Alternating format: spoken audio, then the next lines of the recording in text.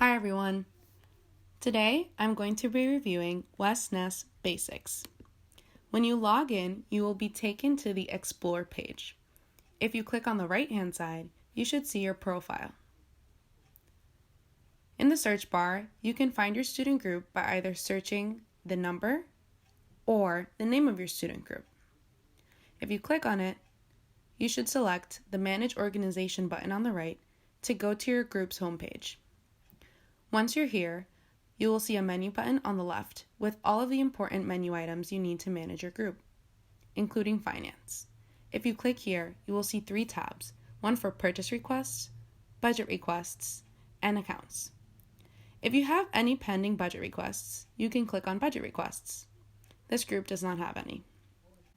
If you want to see purchase requests that you have pending, you should click on the purchase request tab, and if you want to create a new request, you will click on Create a New Purchase Request button. These are the basics you will need to know to navigate WesNest and know how to navigate the finance section of your student group.